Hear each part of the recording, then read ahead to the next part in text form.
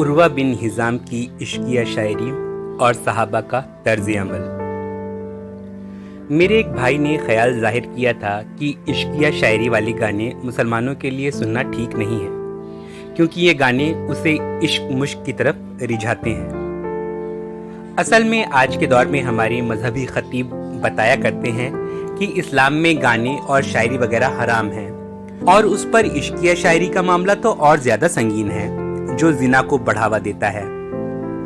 عموماً خیال یہی ہے کہ اسلام میں عاشق معشوق کی شاعری سننے پڑھنے کی کوئی جگہ نہیں، اور اسلام میں گیت سنگیت صرف اس حد تک جائز ہے جن کی شاعری میں خدا کی تعریف ہو یا بچوں کی کہانیاں۔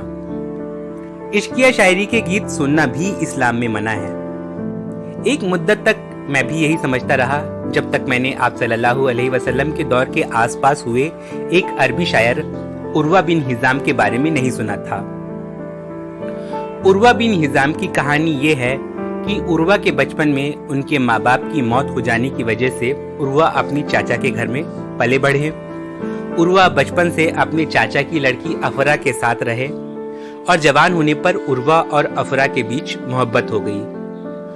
عروہ نے شریف انسان کی مانند اپنے چاچا سے افرا کا ہاتھ مانگا، لیکن چاچا کو عروہ پر یقین نہیں تھا کہ وہ عرفہ کو سکھ سادھن کی زندگی دے پائیں گے، سو چاچا نے شادی کے لیے عروہ کے سامنے شرط رکھی کہ تم مجھے 80 اونٹ لا کر دے دو تو میں عرفہ کی شادی تم سے کرا دوں گا۔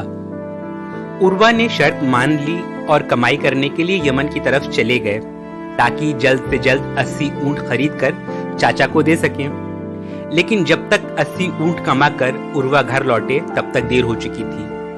چاچا نے عرفہ کی شادی سیریا کے کسی امیر آدمی سے کر دی تھی۔ گھر لوٹنے پر چاچا نے عروہ سے کہا کہ افرا کی تو موت ہو چکی ہے۔ عروہ کی جیسے زندگی ویران ہو گئی۔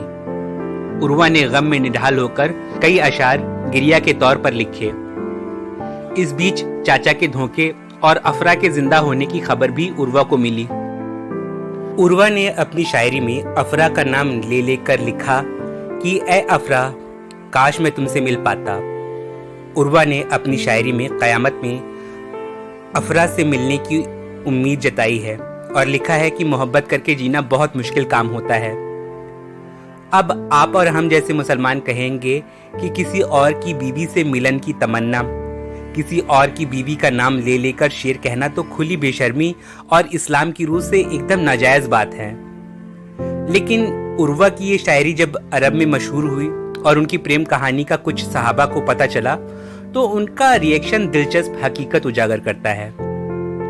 عروہ کی شاعری تو پسند کی ہی گئی، ساتھ ہی ان کی دکھد پریم کہانی جان کر صحابہ نے عروہ کے لیے ہمدردی کا جذبہ دکھایا۔ حضرت عمر رضی اللہ عنہ سے مروی ہے، وہ فرماتے ہیں اگر میں نے افرا اور عروہ کا زمانہ پایا ہوتا تو ان دونوں کو ملا دیتا۔ ضم الحاوی لا بن الجوزی رحم اللہ 417، مسارہ الاشاق جلد 1 صفحہ 264۔ حضرت امیر معاویہ رضی اللہ عنہ کے سامنے بھی جب یہ قصہ پڑھا گیا تو وہ کہنے لگے اگر مجھے ان دو شریفوں کا پتہ چلتا تو میں ان دونوں کو ملا دیتا۔ مسارہ الاشاق جلد 1 صفحہ 320، ضم الحاوی لا بن الجوزی رحم اللہ 417۔ عروہ اور افرا کو حضرت امیر معاویہ نے شریف لوگ کہا، کیونکہ انہوں نے شادی سے پہلے عشق تو کیا لیکن زنا کے قریب نہیں پھٹکے، بلکہ جائز راستے سے نکاح کر کے اپنے عشق کو پانا چاہا۔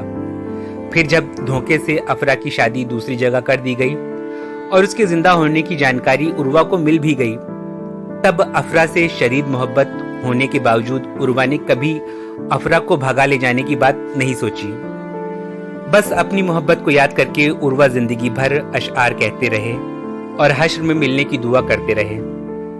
ایسے اشعار اور اس کہانی کو صحابہ نے سن کر ناجائز یا برا کہنے کی بجائے ہمدردی بھری بات کہی۔ مجھے لگتا ہے مشہور عربی پریم کتھا لیلا مجنو کی انسپریشن بھی عروہ اور افرا کی کہانی ہی ہے۔ لیلا مجنو کی داستان 12ویں صدی میں نظامی گنجوی نے لکھی ہے۔ انہوں نے عربی لوک کتھا کو اپنی کہانی کا آدھار بنایا اور کہانی کو 7ویں صدی کے عرب میں ہی سیٹ کیا ہے اور لکھا ہے کہ قیس اور لیلا آپس میں بچپن سے محبت کرتے تھے، لیکن لیلا کے باپ نے لیلا کی شادی اس کی مرضی کے خلاف کسی اور آدمی سے کرا دی۔ اس کے بعد قیس لیلا کی محبت میں دیوانہ بن کر گھومنے لگا اور لیلا کے نام سے شاعری کرنے لگا، اور لوگ اس کی دیوانگی دیکھ کر اس کو مجنوں یعنی دیوانہ کہنے لگے تھے۔ مجھے تو یہ کہانی بالکل عروہ اور افرا کی سی ہی لگتی ہے۔ خیر، اس سارے قصے سے معلوم چلتا ہے کہ ایسی عشقیہ شاعری جس میں محبوب کی تعریف ہو، محبوب سے جائز طریقے سے ملنے کی تمنا ہو، لیکن جس شاعری میں انسان کو اشلیلتا یا ویبھچار پر نہ ابھارا جا رہا ہو، ایسی عشقیہ شاعری سننا یا پڑھنا اسلام میں حرام نہیں ہے۔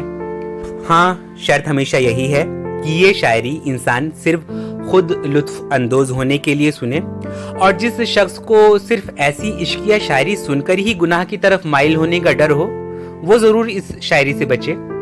البتہ صحابہ نے عشقیہ شاعری اور دو پریمیوں کی پوتر پریم کہانی سن کر گناہ کا کوئی فتویٰ نہیں دیا تھا، بجائے اس کے ان سچے اور شریف پریمیوں کو ملا دینے کی بات صحابہ نے کی تھی۔